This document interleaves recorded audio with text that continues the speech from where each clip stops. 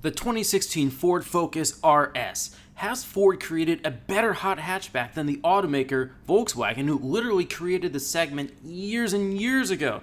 That's what I want to talk to you about today in the latest episode of Car Buzz Unboxing Reviews. I'm Jay, and before I get started, I want to thank Future Ford of Sacramento, California for letting me come on down and film today. So, the Ford Focus RS. This is the hot car that Ford has on sale right now, and there are already waiting lists to own it, and after spending some time with this car, I completely understand why. So, the Ford Focus RS, what is it essentially? It is a hot hatchback, and I like to call it an everyday hot hatch supercar. It just does everything so well. It's great on performance, storage space. This is a family car if you need it to be. And it picks up where the Ford Focus ST leaves off. It pushes the abilities of a good chassis, and it just becomes a true driver's car. But as you see from this interior and the exterior, I'll get into more details with both of them in a few minutes.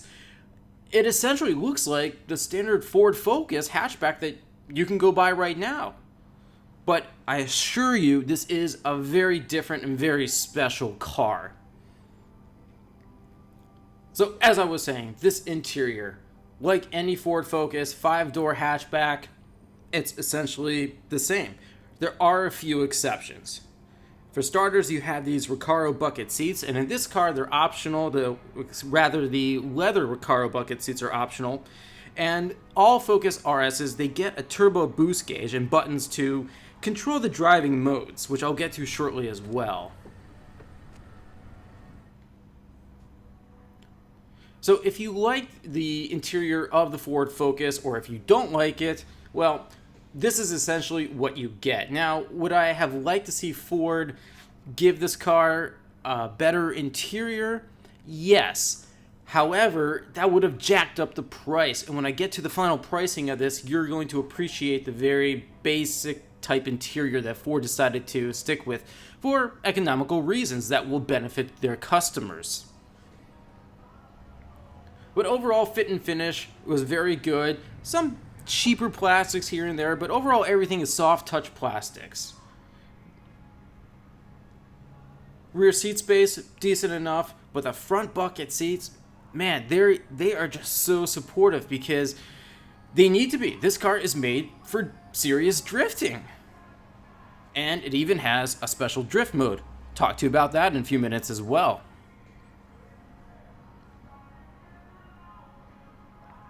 And I also like it in this car. There's heated front seats and heated steering wheel. There's a power moonroof. Nice stuff.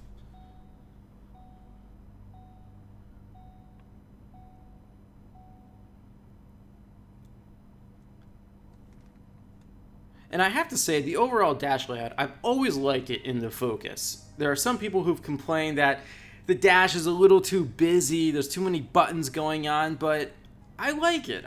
It's wide, it's straightforward, but it's sporty, and for what's essentially an economy car, Ford has made it a stylish looking dash. But let's start this engine up here.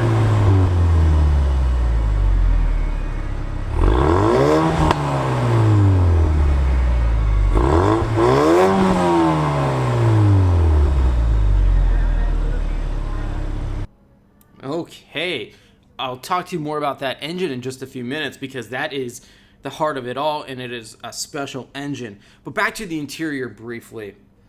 This is Sync 3. It is the successor to the My Ford Touch system, which I've talked about in my previous unboxing reviews, and I simply didn't like it. Sync 3, it is worlds better.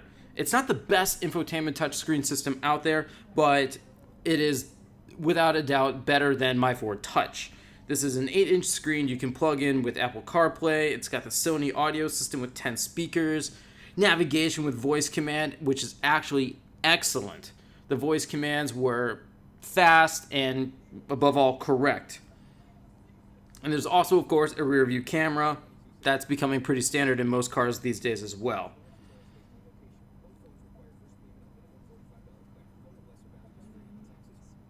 And you also have dual zone climate control, which is standard. Again, a nice feature in a car that is not only great in performance, but is just good for everyday usability. In safety, you get a tire pressure monitoring system, electronic stability control, plenty of airbags. The Ford Focus has done very well in all US government crash tests.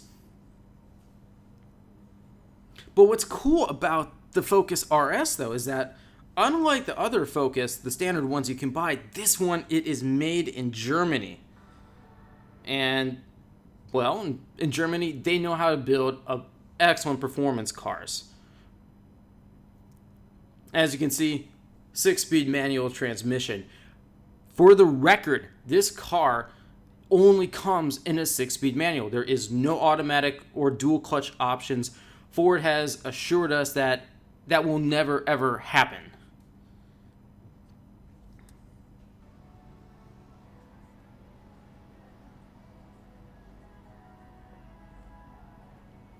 So let's talk performance here, because this is what the car was made for. This is the hot hatch. I don't know about any of you, but I didn't think this was going to ever come to the US, and it has. It's got 4 driving modes: normal, sport, track, and drift. And each one, it makes the steering, the all-wheel drive system, and the exhaust just more aggressive with each mode as you go up. But the ultimate one that it culminates to is drift mode. In drift mode, it sends torque to the rear wheels, in particular the outside rear, to help provoke the car into a drift. But I want to tell you what torque steer is, because that is a problem that a lot of hot hatches, because hot hatches are typically front wheel drive, this one is all wheel drive, they have torque steer problems. And torque steer, it's the influence of engine torque on the steering, especially in front wheel drive vehicles with transversely mounted engines, which this car has transversely mounted engine, but all-wheel drive.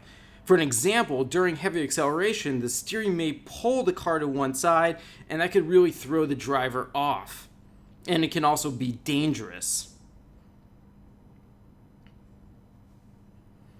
But when you have the drift mode, which like I said, it sends the torque to the rear wheels, it's there to help control the car from those who think they can drift, but probably really can't. And there's also a smart torque vectoring system as well. And Ford knew its customers wanted to drift and do all sorts of crazy fun stuff with this car, but they didn't want anyone to get hurt, especially Ford's lawyers, I'm sure. So with that in mind, drift mode was the result. And as I talked to one of the main development engineers of the Focus RS a couple years ago at Geneva, Tyrone Johnson, he was saying that the performance and dynamic engineers that work under him, they just kept pushing the limits, and drift mode was kind of the end result.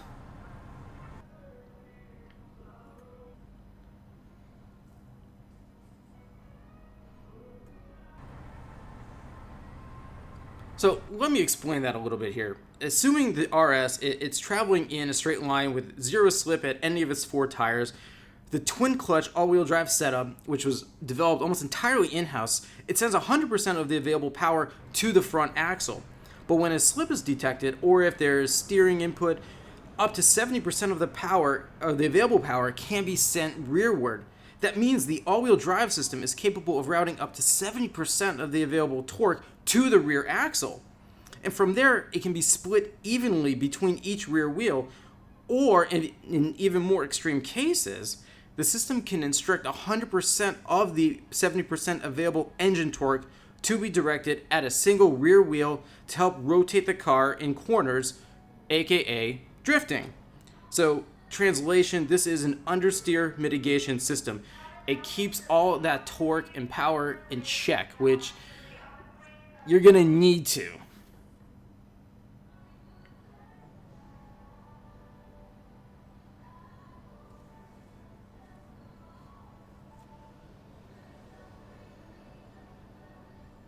And overall, it's a very comfortable car. Like I mentioned, these front bucket seats, these Recaro seats, very, very comfortable. Rear seat, good place to be.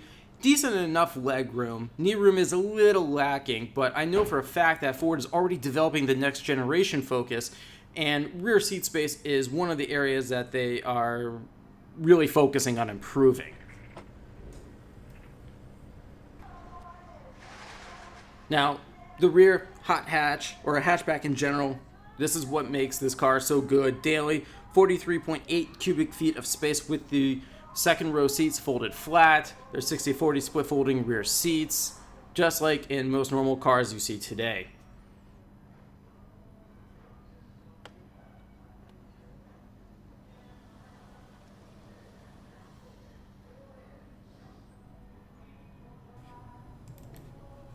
So, as I've mentioned, there's all this power, all this torque. Where does it all come from?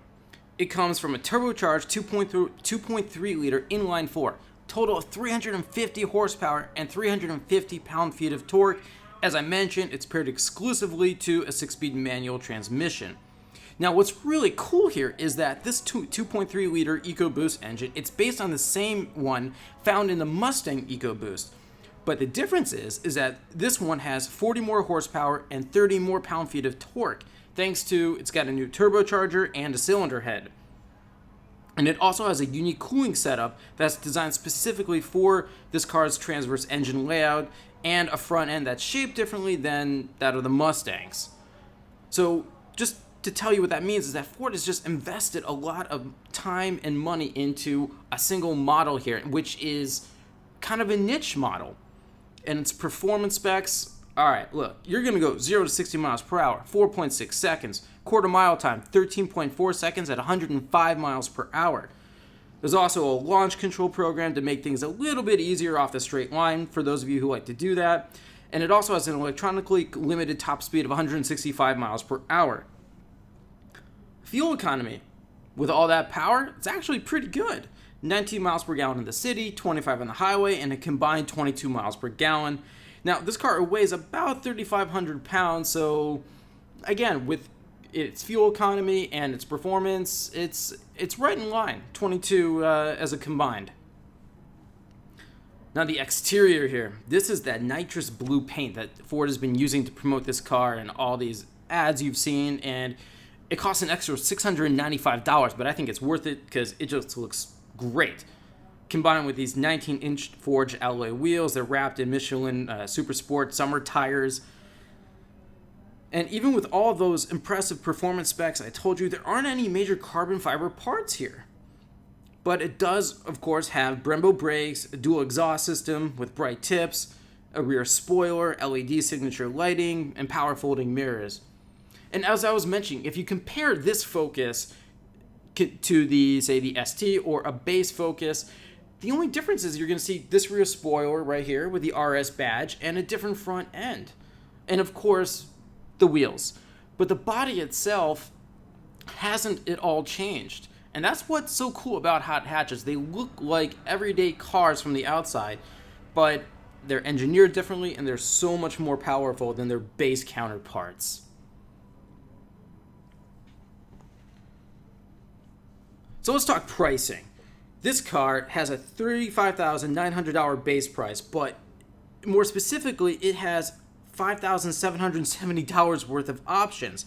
So take that all into account along with destination fee. This Focus RS right here costs $42,545.